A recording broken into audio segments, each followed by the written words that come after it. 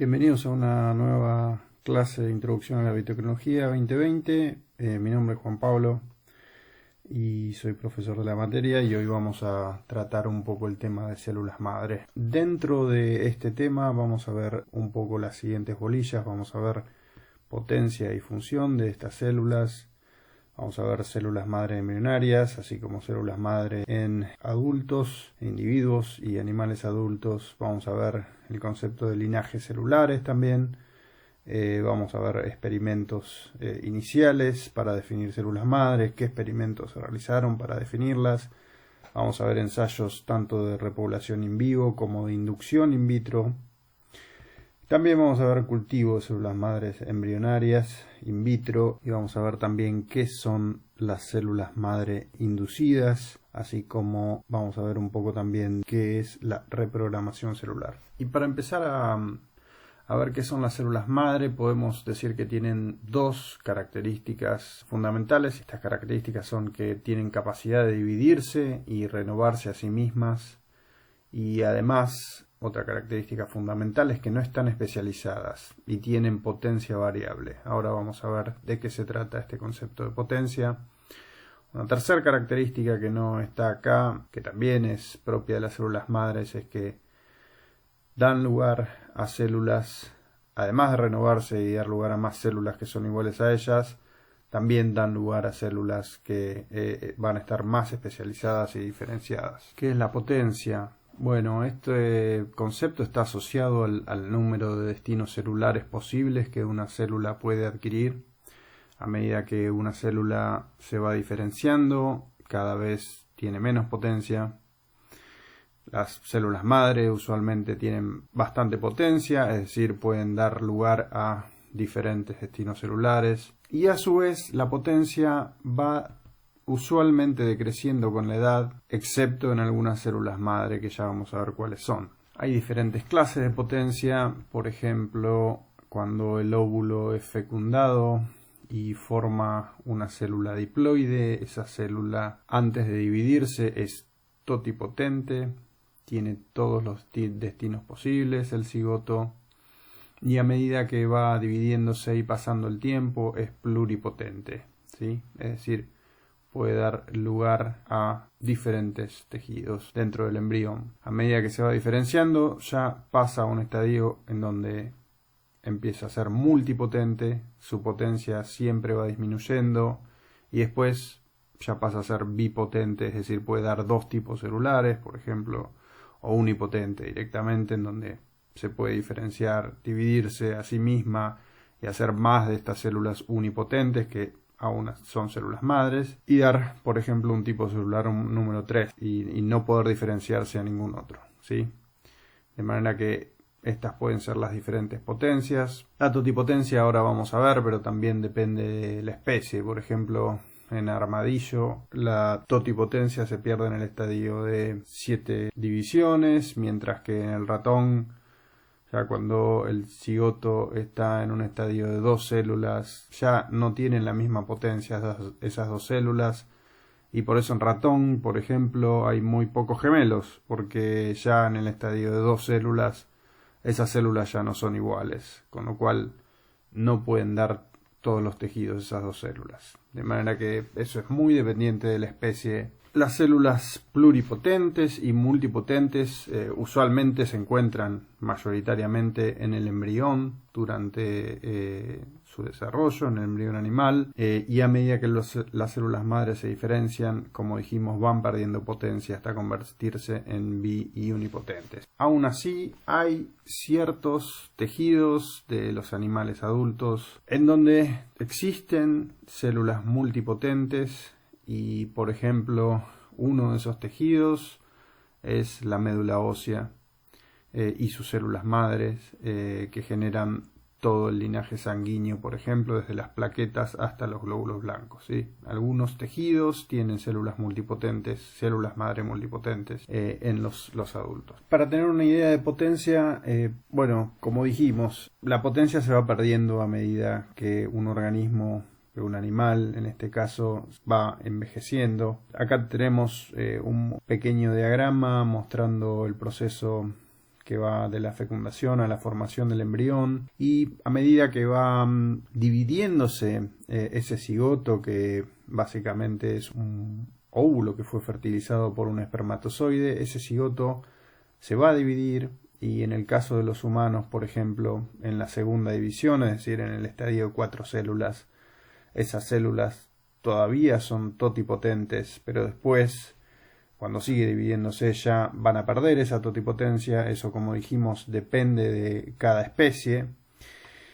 Y después de eso, en algún momento, cuando se forme una mórula de 16 células y se vuelva a dividir, ese embrión ya va a implantarse en el útero.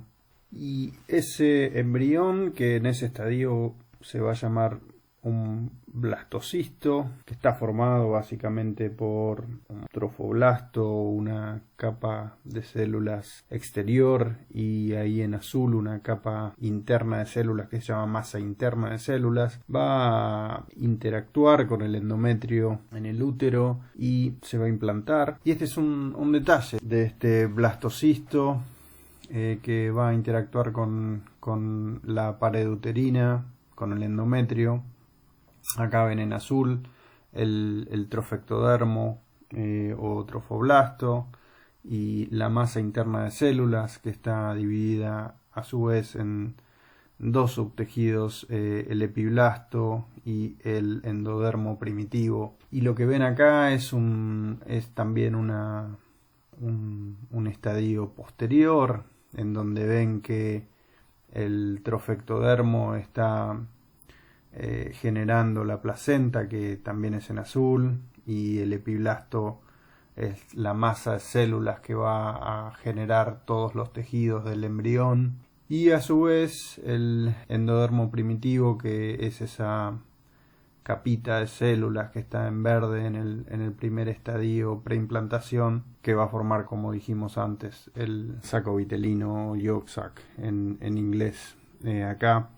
Y esto es para ilustrar que bueno, acá ya las células son pluripotentes y no son más totipotentes, porque las células ya tienen estos tres destinos. Las células acá del trofectodermo solo pueden dar placenta, ya las del epiblasto solo dan los tejidos del embrión, y las del endodermo primitivo solo dan las células del saco vitelino, con lo cual ya la totipotencia se perdió en el blastocisto, en este primer estadio preimplantación, y ya ahí hay una diferenciación a estos tres diferentes tipos de células que van a dar diferentes tejidos en el embrión. Y hasta ahora hablamos de las células madre en tejidos embrionarios. Vamos a seguir después hablando de células madres embrionarias, pero las células madre, como dijimos, también están en los tejidos adultos. ¿Y dónde están? Y bueno, están, por ejemplo, en la superficie de los ojos, en las córneas, están en el cerebro, sigue habiendo progenitores neurales en el cerebro adulto. Están obviamente en la piel, ustedes se cortan y la piel se vuelve a formar, con lo cual ahí tienen células madre que se vuelven a dividir bajo ciertos estímulos y se diferencian. Están en las mamas, están en el intestino. El intestino es uno de los tejidos que más se renueva y en donde hay más células madre. Están, bueno, en los testículos, en la médula ósea, como dijimos, para formar la sangre, y también están en los músculos para renovarse. Y todo el interés biotecnológico que hay hasta el momento en las células madre es básicamente por su rol en el mantenimiento y reparación de tejidos y órganos, que dijimos hasta ahora. Es una promesa y también empieza a ser una realidad terapéutica. La idea siempre, y por lo cual las células madre generan tanto interés, es introducir células madres, por ejemplo, en un tejido dañado, para repararlo. Y hoy los tratamientos al respecto tienen que ver con, por ejemplo, vamos a ver dos ejemplos, la médula ósea y la piel. Y por ejemplo, uno de los usos que hay, este es de los más nuevos, normalmente cuando uno tiene una herida en la piel, se cierra de los bordes hacia adentro, es decir, las células madre de los bordes de esa herida empiezan a dividirse y empiezan a migrar las células hasta el centro de la herida, y por esa razón este proceso puede tardar muchísimo tiempo, más que nada en heridas grandes, como por ejemplo la que vemos acá, en quemaduras que pueden llegar a ser muy grandes y pueden llegar a tomar mucha superficie del cuerpo. Bueno, esto es porque el proceso es que las células madre generan esa piel de los costados sanos. De manera que, por ejemplo, existen ahora terapias que están basadas básicamente en tomar células madres de piel sana y diluirlas y esparcirlas sobre la piel de una herida. La cuestión es que si se ponen células madre adentro de la herida, este proceso sucede en la totalidad de la misma, no solo de los costados. Y el proceso es mucho más rápido y es importante que sea rápido porque no crecen infecciones, por ejemplo. Cuando uno tiene una herida abierta por mucho tiempo, el mayor riesgo que uno tiene es que las infecciones, bueno, empiecen a pudrir todo el proceso. De manera que, por ejemplo, están estos productos, RenovaCare Skingan, que lo que hacen es eso, es básicamente un procedimiento por el cual se agarran células madres de tejido sano, y se las diluye y se las esparce por toda una herida grande de quemaduras, usualmente, y esas células madre esparcidas regeneran la piel no solo de los costados, sino también desde el centro de la herida, que básicamente una herida, cuando la piel está muerta, lo que queda es tejido conectivo, a partir del cual células madre pueden crecer y pueden generar piel nueva, no solamente de los costados. Vamos a ver después el otro ejemplo, que es la médula ósea. Lo vamos a ver con algunos experimentos clásicos. Pero las células madre, antes que nada les quería decir que en los animales adultos están usualmente a medio camino entre estar lo que se dice en inglés committed o comprometidas con un grupo de destinos celulares, y pueden diferenciarse. ¿Esto significa qué significa? Que pueden diferenciarse, pero no se pueden diferenciar a cualquier cosa, ¿sí? Ya tienen cierto nivel de especialización o diferenciación. Imagínense que ustedes, no sé, están decidiéndose qué van a estudiar y saben que les gusta la biología. Y aunque todavía no saben qué van a estudiar, cuando recién empezaron sus carreras hace algún tiempo, lo que sí sabían era que les gustaba el área de ciencias de la vida. Entonces, bueno, todavía no sabían exactamente qué iban a estudiar. La analogía es que todavía no estaban completamente diferenciados, pero sí sabían que iba a ser o biología, o medicina, o biotecnología, ¿sí? Bueno, terminaron eligiendo biotecnología, pero bueno, ya no iban a estudiar seguro arquitectura, ¿sí? Ya estaban un poco decididos. Bueno, este es la clase de estadio en donde se encuentran las células madres en un animal adulto. Ya tienen cierto grado de compromiso con un grupo de destinos celulares y no se pueden dividir para diferenciarse a otra cosa, ¿sí? Las células que están en la médula, las multipotentes que están en las células madre multipotentes que están en la médula, bueno, ya no se pueden convertir en células diferenciadas, neuronas cerebrales, ¿sí? Se van a convertir en células sanguíneas o glóbulos rojos o glóbulos blancos o plaquetas, pero no neuronas. Bueno, este es el estadio en el cual están las células madre no embrionarias en un animal adulto. Otra característica es que se dividen lentamente las células madre en un animal adulto, usualmente. Y lo que dijimos antes, tienen un destino celular algo comprometido. Las células van adquiriendo lo que se llama características de diferenciación cada vez más parecidas o acotadas a un destino celular. En todos esos pasos, desde que una célula es totipotente hasta que es multipotente o bipotente, en cada uno de esos pasos hay un proceso de diferenciación y cada vez una célula madre se compromete más a un destino celular, ¿sí? Lo que dijimos antes. Y llegamos al concepto de un diagrama de linaje celular, y esto es simplemente un diagrama en donde vemos en qué se va a convertir una célula madre hasta su diferenciación, no es más que eso. Usualmente una célula madre, frente a un estímulo correcto, que puede ser por ejemplo un factor de diferenciación, lo que genera usualmente es una división celular en donde se genera otra célula madre igual y un progenitor, que esta sí ya se puede decir que es una célula madre, pero en un paso inmediatamente anterior a la diferenciación. Este progenitor sí se divide muchísimo más rápido, generando más progenitores, y estos progenitores ya directamente se diferencian, ¿sí? Usualmente se diferencian a, diferentes clases de células que ya no se pueden dividir y tienen una especialización dada, ¿sí? Estas células diferenciadas, en el caso de la médula, por ejemplo, podrían ser o glóbulos rojos o blancos, como dijimos antes.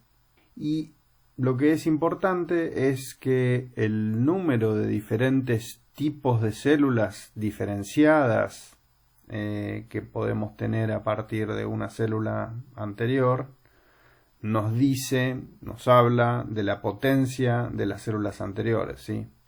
La célula con más potencia obviamente es la totipotente, que da todas las células, potencialmente puede dar todas las células del embrión, y a partir de ahí la potencia se va perdiendo, de manera que a medida que una célula puede dar lugar a más células, más clases celulares diferenciadas, mayor es su potencia, ¿sí?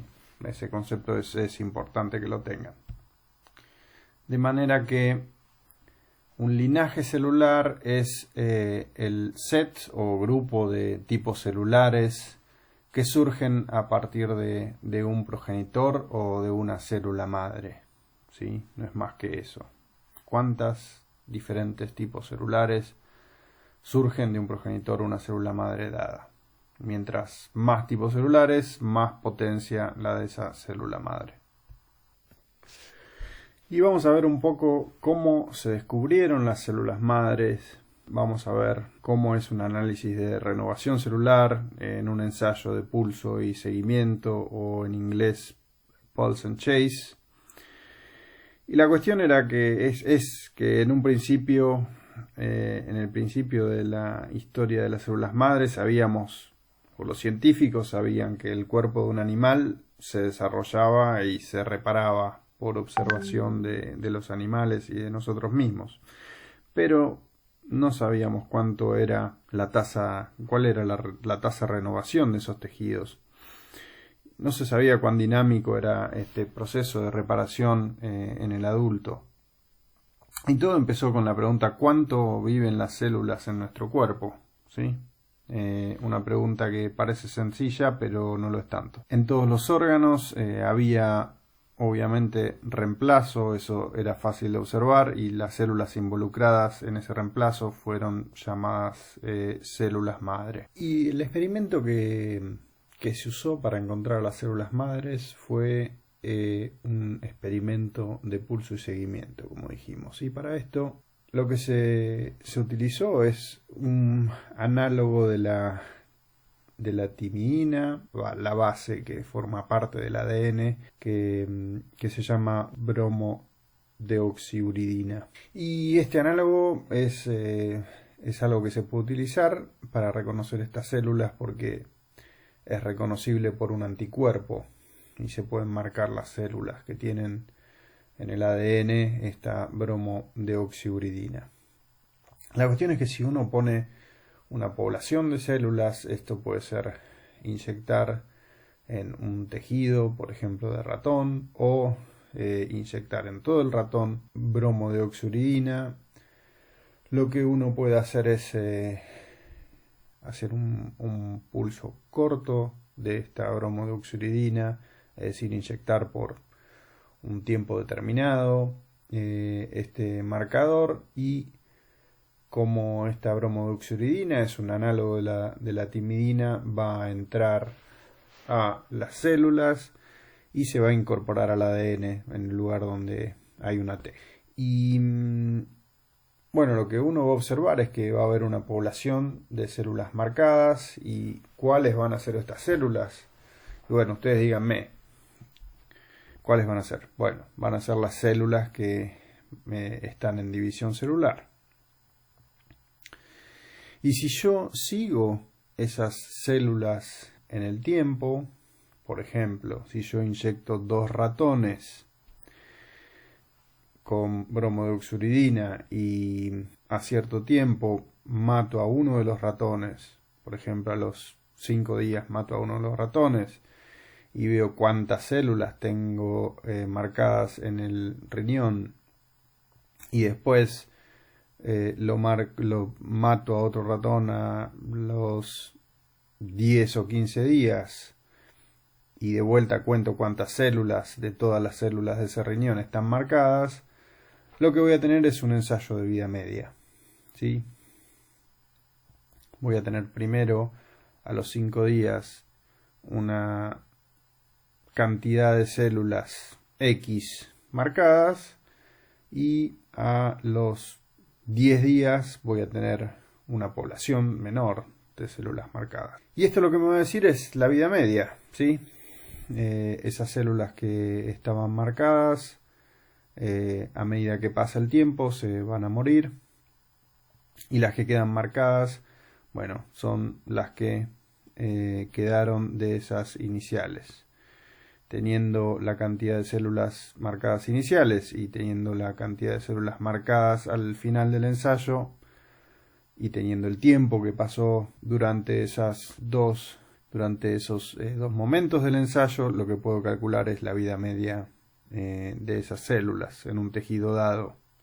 Eso, si inyecto un ratón entero, puedo, por ejemplo, después de obtener los tejidos del ratón una vez muerto, ver en cada uno de los tejidos cuál es la vida media, por ejemplo en cerebro o en hígado o en riñón, y puedo calcular esta vida media. Y lo importante acá es que este fue el primer método por el cual se determinó que las células tienen una vida media, y que las células tengan una vida media implica que son reemplazadas, ¿sí? Estamos probando con un ensayo que son reemplazadas por otras células, porque si las células se van muriendo y nuestro hígado, en donde esas células que vimos que se iban muriendo, sigue teniendo la misma cantidad de células totales, significa que en ese hígado se están reemplazando las células en función del tiempo para que ese hígado quede con las mismas características. De manera que si hay vida media, hay células que son reemplazadas, y esto significa finalmente que tiene que haber células que están involucradas en ese reemplazo, y a esas células involucradas en el reemplazo se las llamó stem cells o células madre, ¿sí? Este es el ensayo por el cual se determinó que existen unas células que reemplazan a las células que están en un tejido, y a esas células se las llamó células madre. También con un ensayo muy similar puedo usarlo para ver cómo se diferencian estas células y para descubrir linajes celulares, ¿sí? Y esto lo hago con un análisis de diferenciación celular. Puedo hacer exactamente lo mismo que antes. Puedo, por ejemplo, supónganse que inyecto un pulso de bromodeoxyuridina en un embrión. En el embrión obviamente voy a tener más células madres, y espero a que ese ratón crezca hasta que tenga 20 días, en donde ya hay muchísima más diferenciación Y lo que hago es, por ejemplo, matar un ratón cuando es embrión, después del pulso o al día después, de manera de tener un tiempo cero, y matar otro ratón que fue inyectado en el mismo momento embrionario a los 10 días, como dijimos. Y por ejemplo observar en un microscopio las células marcadas con bromodoxuridina en el día 0, o por ejemplo cuando el embrión tenía un día y cuando tenía 10 días. Y ver qué células de ese órgano estaban marcadas al día 0 y ver en el día 10 en qué clase de células se diferenciaron esas células inicialmente marcadas con bromodoxuridina, ¿sí? De manera que yo lo que voy a tener son dos fotografías, una al inicio de la diferenciación y una al final de la diferenciación, y lo que voy a ver es que la célula X que se marcó al inicio, cuando ese ratón era un embrión, se transformó en la célula Y cuando ese ratón ya era un ratón desarrollado o no adulto, porque adulto es a los 30 días, pero con tejidos más diferenciados. De manera que esto lo puedo hacer a diferentes tiempos, por ejemplo con un ratón, y ver cuál es el destino celular de una cierta célula X que estaba en tal lugar del tejido, que después se va a diferenciar a una célula Y que va a estar en ese mismo lugar o en otro mismo lugar del tejido, siguiendo esa marca de bromodoxuridina que me va a marcar las células que en un inicio incorporaron esa bromodoxuridina en su ADN. Ese es un análisis de diferenciación celular y funciona de esa manera.